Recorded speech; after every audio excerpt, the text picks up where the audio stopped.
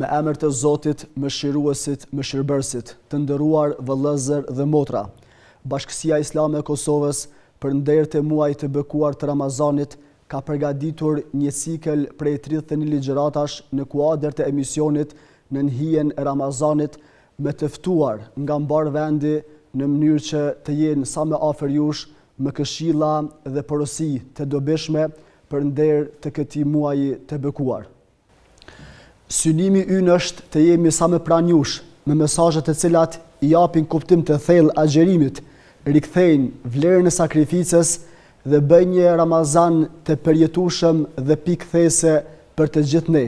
Andaj ju ftojmë që së bashku me familjet tuaja të jeni pranë këtij emisioni, duke marrë të mësime dhe duke i shtrirë mes vete familjet tona dhe shoqërinë tonë, që të kemi një mjedis sa më të mirë, sa më të qetë dhe sa më të përjetueshëm.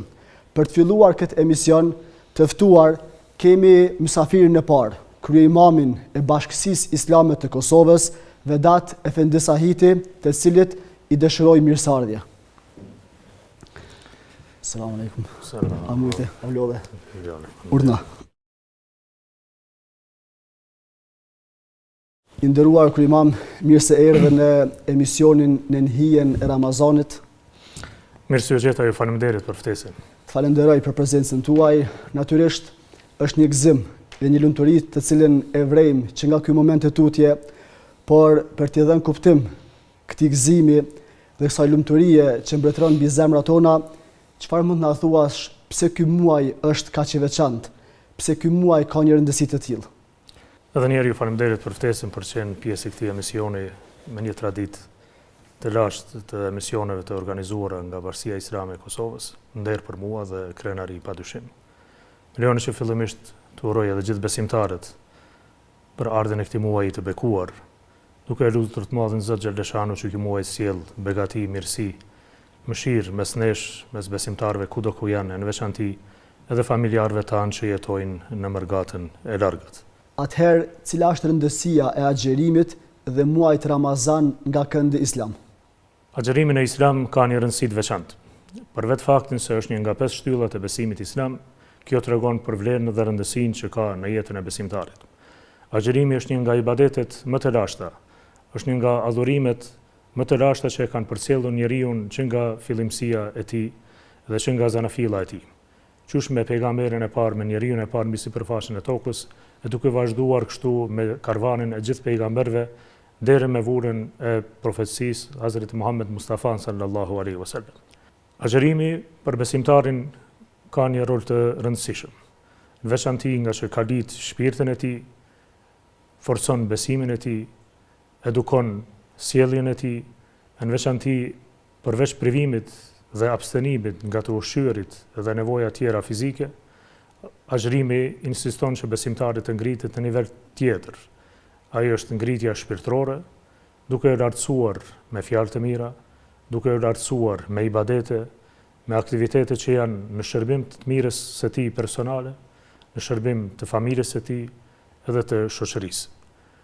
Po të njëjtën kohë, ndalimet që agjerimi i kërkon nga besimtari, edhe ato insistojnë që besimtarin ta bëjnë sa më të vetëdijshëm për besimin, sa më të vetëdijshëm për fen, sa më të vetëdijshëm për nevojat e tij personale, po ashtu edhe për nevojat e shoqërisë dhe familjes që kanë prej tij. Agjerimi është një ibadet i lashtë dhe është një nga ibadetet më të gjata që fillon prej para agimit të mëngjesit e deri në perëndim të diellit. Pra, për dallim nga ibadetet tjera, adhurimet që ne i bëjmë në baza ditore apo edhe vjetore, agjerimi si një ibadet është ibadeti që është më i gjatë për ta bërë njeriu të vetëdijshëm në rend të parë për mbikëqyrjen e vazhdueshme të Allahut ndaj tij, mirë po të njëjtën kohë edhe për të dhënë atij një mundësi që të jetë në fitim të sevapeve dhe shpërblimeve të vazhdueshme në kohën më të gjatë. Nga që gjithë kjo periudhë kohore, që nga para agimi e deri në perëndim, ai është një ibadet të vazhdueshëm dhe për këtë ibadet ka shpërblime të veçanta. Dhe për dallim nga ibadetet tjera, vetëm Allahu xhaleshanu vetëm për agjerimin ja trubon vetvetes duke thënë se es-saumu li wa ana ajzi bihi. në hadithin kutsit që në transmeton Muhamedi a.s. nga Xhibrili se Allahu ka thënë se vërtet agjërimi është për mua dhe unë e shpërblej atë. Ndërsa kur e përmendet edhe pyetjen tjetër e rëndësisë së Ramazanit, se një nga 12 muajt e Zotit, është rëndësia e tij është e veçantë për faktin që Zoti xhaleshanu e zgjodhi dhe veçoi këtë muaj dhe e dalloi nga gjithë muajt tjerë, nga që këtë periudhë kohore e bëri periudhë kohore të zbritjes së fjalës së tij, të shpalljeve të tij dhe revelatës së tij. Duke filluar edhe me suhufet, pastaj edhe me librat e shenjtë që ne kemi pjesë të besimit ton, duke filluar nga Injili, nga Tevrati, nga Zeburi deri te vula e librave apo vula e revelatave të shpalljes hyjnore, Kur'anin fisnik, pikërisht Zoti xhaleshanu e zgjodhi këtë muaj që të jetë piknisje e zbritjes së tij, në veçanti natën që kulmon me natën e Kadrit që është më me vlerë se 1000 muaj. Pra, kjo është rëndësia e Ramazanit për shkak të shpalljes, në veçanti ne si besimtar edhe në falënderim dhe në mirënjohje ndaj Allahu xhaleshanu që na begatoi, na udhëzoi me një libër të tillë, na zbriti një libër të tillë i cili është udhërfyesi jon për gjatë jetës tonë në sipërfaqe të tokës, ta madhërojmë e ta falenderojmë me ibadetin më të dashur tek ai, e padyshim se nga ibadetet më të dashura te ai është vetë agjërimi. Po. Pra Ramazani në këtë rast agjërimi është ibadet i cili zgjat më tepër se sa ibadetet tjera. E që synimi i tij është ta edukojë aspektin shpirtëror të njerëzit. Por si trajtohet agjërimi nga këndi kuranor? Çfarë thotë i Madhi Zot për të dhe për qëllimin e obligimit të tij? Zoti xhaleshanuhu për të kuptuar në rend të parë, për të kuptuar vlerën dhe rëndësinë e agjërimit, do t'i hedhim edhe në shikim ajeteve kuranore ku është përmendur agjërimi si koncept ibadeti. Nëse vështrojmë ajetet e Kuranit ku është përmendur agjërimi si koncept ibadeti, e gjejmë se në më shumë se 12 vende versetet e ajeteve kuranore është përmendur agjërimi si ibadet, ndërsa ajetet që kanë të bëjnë me obligueshmërinë, ku na tregojnë edhe sekretin apo arsyen e obligueshmërisë dhe detyrimit të agjërimit, po të njëjtën kohë janë ajetet pra e surës El-Bekare. Është ajeti 183 i surës El-Bekare që vazhdon pastaj edhe me ajete tjera ku tregojnë narrativa e tregimit në rend të parë me obligueshmërinë, pastaj tregon se ky një ibadet nuk është një ibadet i ri për ju, mirë po është një ibadet që ka qenë obliguar edhe për popujt para jush. Të njëjtën kohë në fund të këtij ajeti Zoti xhaleshanu shpjegon edhe arsyen, edhe sekretin, edhe urtësinë se për çfarë arsye Zoti xhaleshanu ka obliguar besimtarët në veçantë, nga që besimtarëve u drejtohet ja ayyuhalladhina amanu, nuk thotë ja ayyuhan nas, mirë po i drejtohet besimtarëve atyre që e kanë kryer çështjen e besimit. Se kur jemi te obligimet edhe te kushtet e Islamit, duhet kemi parasysh se shumica absolute përveç namazit që është obliguar në periudhën mekase, pjesa tjetër e obligimeve, agjërimit, e zekatit, e haxhit janë obliguar në periudhën në medinase, nga që periudha mekase ka të bëjë më shumë me besimin, prandaj edhe Allahu xhaleshanuhu i drejtohet besimtarve në Medinë, nga që ata me çështjen e kapitullit të besimit dhe kushtet të besimit kanë përfunduar, është forcuar besimi në zemrat e tyre, bindja e tyre për gjitha të vërtetat e besimit, duke filluar në besimin në Allahun, në besimin në melaqet e Zotit, në librat e Zotit, në pejgamberët e Zotit, ata kanë përfunduar me këtë kapitull, pastaj fillon kapitulli i aplikimit të këtij besimi. Prandaj edhe kushtet e Islamit i kemi si një reflektim edhe një fryt të atij besimi që ne i kemi besuar. Allahu xhaleshanu i drejtohet besimtarëve, ja alladhina amanu kutiba alaykumus siyam, o ju që keni besuar, juve është bërë obligim agjërimi. Pastaj kema kutiba alal ladhina min qablikum, tregon një të vërtetë shumë të thellë historike se ky agjërim ka qenë obligim edhe për popujt para jush, edhe në fund të ajetit thotë la'allakum tattaqun, dhe shpjegon arsyen dhe sekretin apo urtësinë se për çfarë ne duhet të agjërojmë. Ajo është që ne të arrijmë devotshmërinë. Në vazhdim Zoti xhaleshanu thotë ayyaman ma'dudat. Edhe pse ky muaj është i gjatë, mirë po të njëjtën kohë janë ditë saktuara, janë ditë të numëruara. E ditët e numëruara kalojnë shpejt.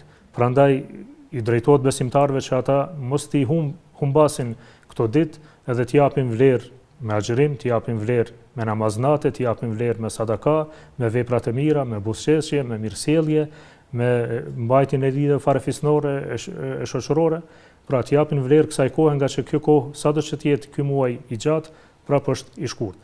Pastaj vazhdon se pikërisht në këtë muaj shehru Ramadan alladhi unzila fihi al-Quran, pastaj Zoti shpjegon se muaji në cilin ka zbritur Kurani është Ramazani, e prandaj të agjërojmë atë. Pra kemi një sër ajetësh edhe që trajtojnë agjërimin si ibadet, edhe që japin vlerën e tij, po të njëjtën kohë edhe një sër ajetësh që tregojnë për dispozitat, rregullat, lejesat, ndalesat që rregullojnë çështjen e agjërimit sipas drejtësisë. Atëherë i dërguar i Allahut Muhamedi alayhis salam, si e ka jetuar dhe se ka jetësu këtë agjërim, të cilin e përmendet se ka qenë obligim qysh herët e që qëllimi i tij është madhështor. Si ishte agjërimi në raport me jetën e tij dhe me aspektin i jashtëm me njerëz të tjerë? Kur jemi te agjërimi, edhe agjërimi se sa zë vend agjërimin në jetën e pejgamberit alayhis salam, shohim se pejgamberi alayhis salam edhe para se të obligohej agjërimi ai agjeronte ditët e muajit Muharrem. Por me të kaluar në periudhën medinase kur obligohet edhe agjërimi, ai agjeron, po të njëjtën kohë gjejmë se agjërimi gjen shumë vend në jetën e pejgamberit tonë të dashur. Ai agjeronte ditët e bardhë të çdo muaji. Ai agjeronte çdo të hënë e çdo të ejde. Ai agjeronte edhe ditët e Muharremit. Edhe ditën e Ashuras me të kaluar në Medinë. Pra kur i hedhim një shikim se sa ka zënë vend agjërimi në jetën e pejgamberit alayhis salam, shohim se ai në pjesë të madhe të agjërimit, pjesën më të madhe të kohës e ka kaluar në agjërim. Edhe përkundër faktit që vlerat e agjërimit ai ja atribon vllaut të tij, Hazreti Davudit alayhis salam, për të cilin thoshte se agjërimi më i mirë është i vllaut tim Davudit, ai agjeronte një ditë jo. Mirë, po kur shohim në jetën e pejgamberit alayhis salam edhe i vlerësojmë edhe njehsojmë këto ditë që i përmenda, ditët e bardha të çdo muaji, për çdo javë, ditët e hënë të ejte, e pastaj edhe ditët e Ashurës, e kështu me radhë, kur edhe Ramazanin, pastaj ditët e Shevalit që përcjellte muajin Ramazan, gjejmë se edhe pejgamberi alayhis salam kishte agjëruar më shumë. Mirë, po nga ky mësojmë një moral shumë të lartë Resulullah që i atribonte mirësitë dhe vlerat që kishin edhe pejgambert, për të na mësuar edhe neve që edhe ne t'i japim vlerë atyre që vërtet bëjnë vepra të mira. Pra, përveç asaj, edhe nxitja që i bënte Resulullah, pastaj edhe për në muajin Shaban, ai agjeronte më shumë se edhe gjatë muajit Shaban, nga që para përgatiteshte edhe për pritjen e muajit të Ramazanit. Pikërisht ky sunet praktik i Resulullah tregon për vlerën që ka Ramazani në jetën e tij, për rëndësinë që ka Ramazani në jetën e besimtarit, mirë për në veçanti edhe për shembulltyrën që na jepte që ne sa më shumë të agjerojmë, jemi aq më afër Zotit, jemi aq më të lirë edhe më të pastër, nga që edhe qëllimi i agjerimit është pastërtia e shpirtit. Zoti xhaleshanu e përmend në Kur'anin Fisniku thotë qad aflaha man zakaha, ka shpëtuar ai që ka pastruar shpirtin e tij.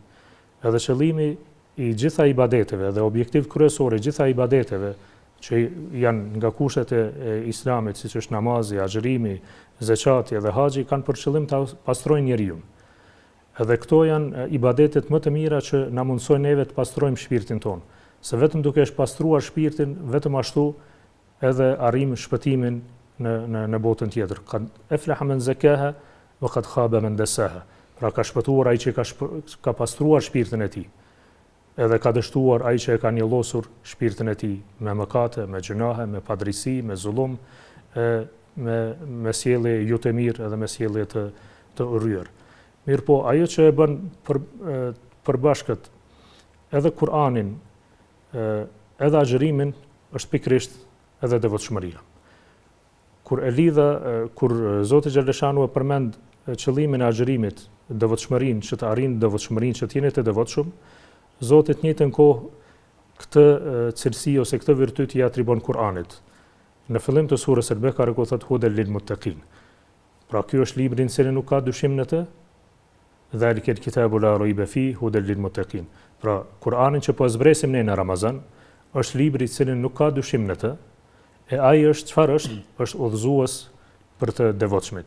Pra Ramazani neve na bën që të arrijmë devotshmërinë, e kur të arrijmë devotshmërinë, atëherë arrijmë të kuptojmë edhe të vetëdijsohemi se vetëm Kur'ani është udhëfyesi ynë. e jo në një libër tjetër.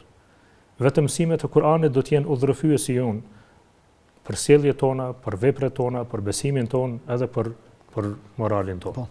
I nderuar kryimam, pra ju thoni se në këtë rast edhe agjerimi si tërësi ka barazimin të devotshmëria, po njëkohësisht edhe hapja Kur'anit është pikërisht thirrje se ky libër është për të devotshmit, e që e nënvizuat shumë qartë dhe shumë drejt se devotshmëria është niveli më i lartë edhe i formimit njerëzor, edhe qytetarisë që tregon njeriu të përditshme, por edhe shërbimit ndaj Zotit ndaj të tjerëve.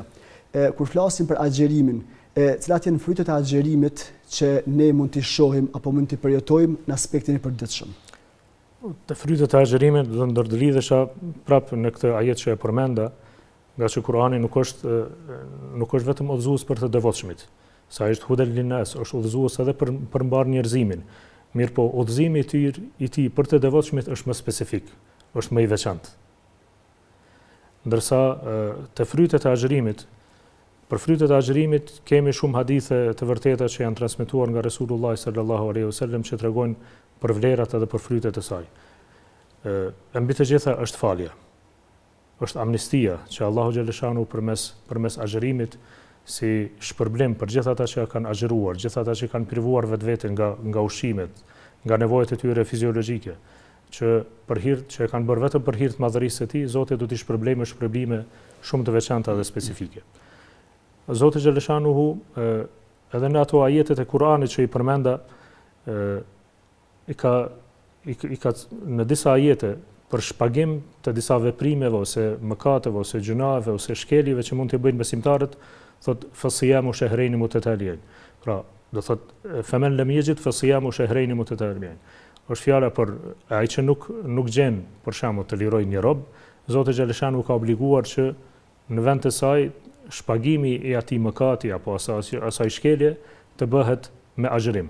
Pra, sikur agjerimi shlyen dhe shpaguan ato mëkate dhe ato gabime që ne mund të kemi bërë gjatë jetës tonë.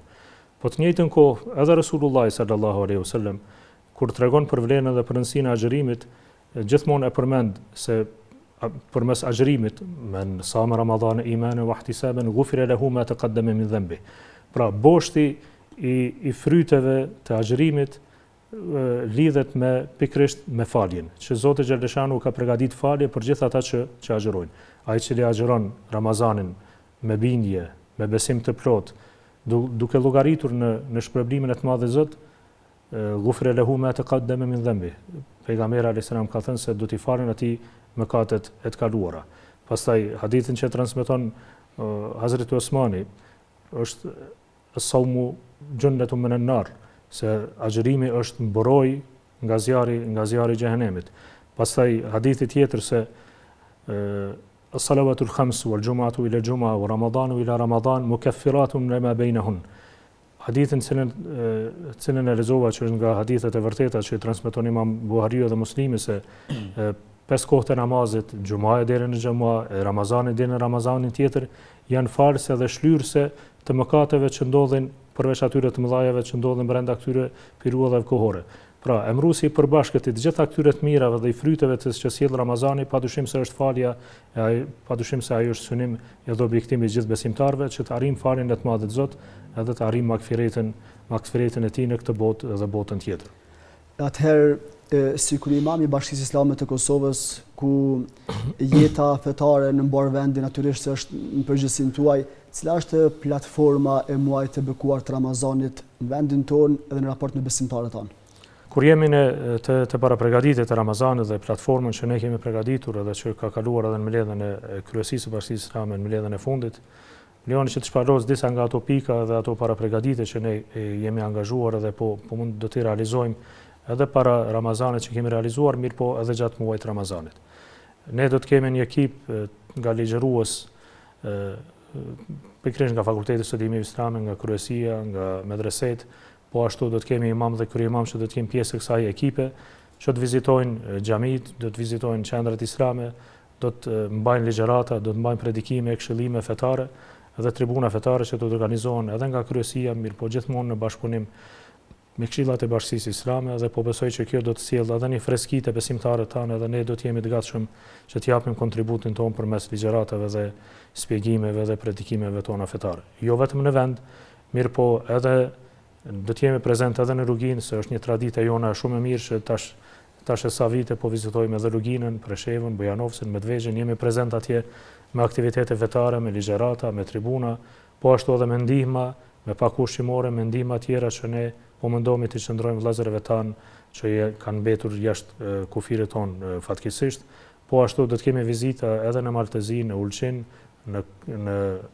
po ashtu edhe në Bar, edhe atje kemi qenë prezent me ligjërata, me një ekip nga Kryesia e Bashkisë Islame që kemi vizituar vëllezërit tanë pikërisht edhe në Maltezi. Përveç kësaj kemi edhe një ekip që do të jetë ekip lëvizje, pra që do të vizitojë edhe qendrat islame shqiptare në diasporë, duke filluar nga Zvicra, nga Gjermania, nga Italia, edhe vendet skandinave që do të jemi prezent me imamët tanë, me kryeimamët tanë, po dhe ligjërues të tjerë që i përmendë që do të jenë pjesë e këtij karvani ligjëruesish që do të japin kontributin e tyre në vetëdijsimin e besimtarëve për vlerën e fesë, për vlerat e besimit, mirë po të njëjtën kohë për të përshuar edhe mesazhe bashkëpunimi për vëllezërit tanë dhe për të parë nevojat dhe kërkesat e tyre se si ne si Bashki Islame me gjitha institucionet tona mund t'i ofrojmë ndihmën tonë në raport me literaturën islame, në raport me dërgimin e kuadrit tonë, të njëjtën kohë edhe me vizita që mund të realizojmë në qendrat islame. Pjesë e këtyre aktiviteteve zën vend edhe mualimet tona, teologët tona që janë jashtëzakonisht e angazhuara gjatë këtij muajit Ramazanit, do të kenë edhe ata një gamë të madhe aktivitetesh, edhe po besoj që edhe ata do të sjellin një freski, sidomos në raport me mësimbesimin, me masivizimin e mësimbesimit në nivel vendi, në xhami, me grup mosha të ndryshme, edhe ato po bëjnë një punë të mirë dhe të shkëlqyer, edhe ato janë bija dhe motra tona që janë të përgatitura, kanë avancuar profesionalisht dhe ato po bëjnë një punë të shkëlqyer, sidomos në bartën e këtij emaneti që kemi pjesë të besimit tonë dhe të brezat që vinë pas nesh. Duke mos harruar edhe dimenzionin social dhe humanitar njerëzor, që përmes shoqatës Bereqeti po mundohemi që të ndihmojmë familjet që kanë nevojë, familjet që kanë nevojë për mbështetjen tonë, për përkrahjen tonë, në bashkëpunim edhe me donatorët edhe me partner, qoftë nga Turqia apo dhe Arabia Saudite, mirë po ajo që na gëzon është më shumë fakti që pjesë e madhe e donatorëve tani kemi besimtarët tanë, bamirës tanë që po dhurojnë donacione vullnetare dhe numri më i madh i atyre donacioneve pikërisht buron nga besimtarët tanë. Kjo na gëzon, kjo tregon që mirëqenia e besimtarëve tanë është ngrit, po të njëjtën kohë mbi të gjitha është ngrit vetdia e besimtarëve për të qëndruar në ndihmë vëllezërve që kanë nevojë. Edhe këto janë mesazhet e Ramazanit, edhe këto janë kërkesat e Ramazanit që neve të na bëjnë më të ndjeshëm në raport me ata që kanë nevojë për ndihmën dhe mbështetjen dhe përkrahjen tonë. Pra organizimi i Bashkisë Islame të Kosovës përfshin çdo sferë dhe çdo aspekt.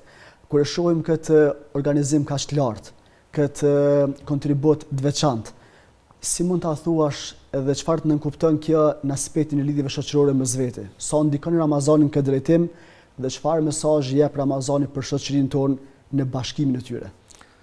S'ka dyshim se Bashkia Islame e Kosovës ka një lidhje të fuqishme me besimtarët të gjitha niveleve.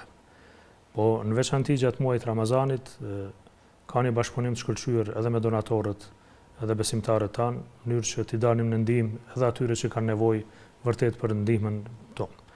Gjitha këto aktivitete që ne kemi organizuar edhe më herët, edhe do t'i realizojmë gjatë muajit Ramazanit, kanë për qëllim që të forcojnë kohezionin social, edhe të forcojnë lidhjet tona, qoftë shoqërore, farefisnore, dhe të njëjtën kohë që ato vlera dhe virtyte të bujarisë, të humanizmit, edhe të sakrificës, ato të kultivohen akoma më shumë të brezat që vinë pas nesh. Nga që vlerat si solidariteti dhe bujaria janë vlerat që e kanë dalluar dhe bëjnë veçantë popullin shqiptar, dhe farë këtyre vlerave, ne kemi arritur që edhe në kohë shumë të vështira mbajmë njëri tjetrin, të avancojmë, të ndërtojmë shtetin, të pavarësohemi me shumë sakrifica, mirë po pikërisht janë këto vlerat të solidaritetit, të vetmohimit dhe të bujarisë që ne në kohët edhe më të vështira kemi dëshmuar se jemi bartës të këtyre vlerave, mirë po prej nesh kërkohet që këto vlera t'i kultivojmë edhe të brezat që vinë. Padyshim se gjitha këto aktivitete të ndërthurura që janë të integruara me gjitha nivelet e shoqërisë, po besoj që do ta forcojnë këtë kohezion dhe do ta forcojnë këtë bashkëpunim dhe do të jenë gjithmonë në shërbim të mirës së përgjithshme për gjithë besimtarët dhe qytetarët e Kosovës. Pra, një Ramazan ku lidhja popullore është e fuqishme, e fortë, është një Ramazan i cili shijohet, një Ramazan i cili përjetohet dhe për një Ramazan me cilin synohet edhe shpërblimi nga i Madhi Zot. I nderuar Kryimam, falenderoj shumë për kontributin tuaj mbi këtë temë.